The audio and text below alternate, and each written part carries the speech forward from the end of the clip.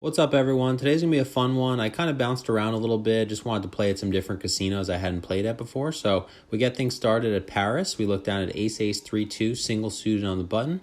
Under the gun opens to 15, folds to me, I make it 50, and only the under the gun player calls. So we're going heads up to a flop.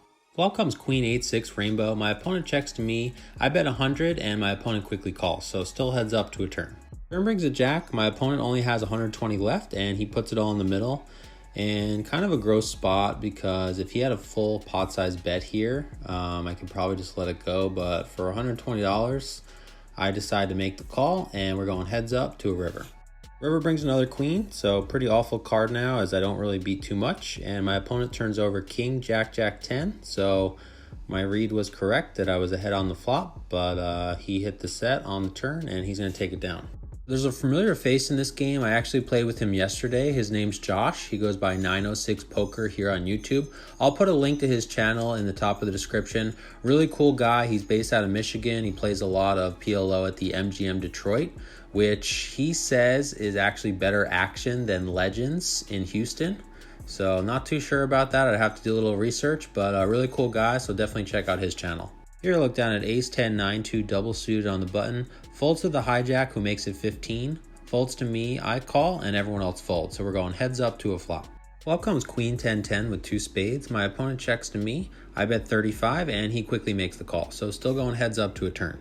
The turn brings a 6 of hearts, bringing in the backdoor flush draw. My opponent checks again, and now bringing in two flush draws that I don't have. I definitely want to size up to charge him for his draws, so I bet 110, and he thinks for a sec and folds, so we take it down. So another familiar face sits down on my table. Her name's Tita. She actually used to be a prop at my home casino, Lake Elsinore. She's mostly a cash game specialist, but she's gotten into tournaments recently. She actually got second place for about $150,000 in a PLO event a couple years ago. So she's a crusher and no different today. She basically won every pot that she played, and we're about to kind of tangle with her here. So here at Paris, they do $15 double board bomb pots every 30 minutes. We're playing one here when we look down at queen 9 8-6 single suited in the hijack. We're going to flops of ace 7-5 with two spades and 7-4-2 rainbow. Early position player bets 30. There are two callers to me, I call, and three callers behind. So we're going 7 ways to 2 turns. The turns come out an 8 on the top and a 2 on the bottom. When it checks to me, I only have a little bit over a pot size bet left, so I pot it for 330. Folds to Tita on the button who makes the call, and the small blind calls as well. So we're going 3 ways to 2 rivers. The rivers bring a 3 on the top and an ace on the bottom. Small blind pushes. I of course call for my remaining chips, and Tita quickly calls as well. The small blind says he has a straight, and I turn over my hand. Tita turns over a straight and a boat, and looks like the small blind, unfortunately for us, has the same straight as us. So Tita's going to get a half the pot, and me and the small blind are going to get 1/4. Here look down at 7-7-2-2, single suited in the cutoff. Hijack limps, I make it 20, and only the button and the hijack call. So we're going 3 ways to the flop.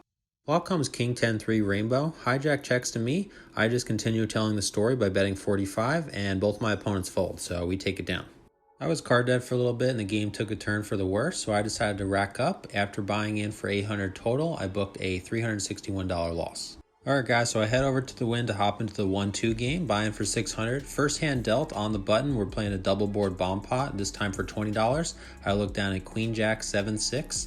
The flops come queen 6-2 and jack jack jack. Yes, you heard that right.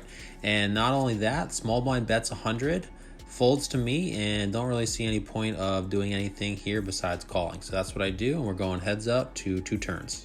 Turns bring a 4 of spades on the top and a 5 of spades on the bottom. This time my opponent slows down and checks.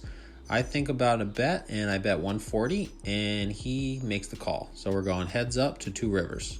Rivers bring a 10 of spades on the top and a king of clubs on the bottom. My opponent checks again, and there's only one move for me to make. I push everything in the middle, and my opponent has slightly less than me, and he's tanking for about 30 seconds. And he says that I know you have the jack of spades, which obviously I do here, and he's kind of worried about the flush coming in on the top, but he eventually makes the call. So I turn over my hand, not sure if I have the top as well, but he doesn't look too happy about it and mucks. So scooping a pretty nice sized pot here in the first hand. Here look down at ace king queen 6 double suited on the button. There is one limper. Folds to me, I make a 20, and there are 3 callers, so we're going 4 ways to a flop. Flop comes 10-7-2 with 2 spades. Checks to me, I bet 65, and there are 2 callers, so we're going 3 ways to a turn. Turn brings in the front door flush with the 3 of spades. Both my opponents check. They only have about $100 each, so I bet enough to put them all in, and unfortunately they both fold, so we take it down. We actually get moved into one of the main games, and we look down at ace, jack 2, double suited in the small blind.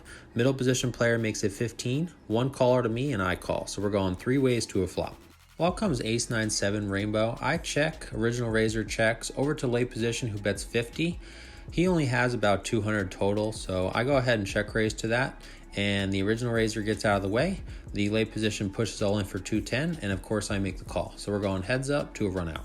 Turn brings a 6, river brings an 8, now putting a one-liner on the board, so obviously not a pretty good run out here.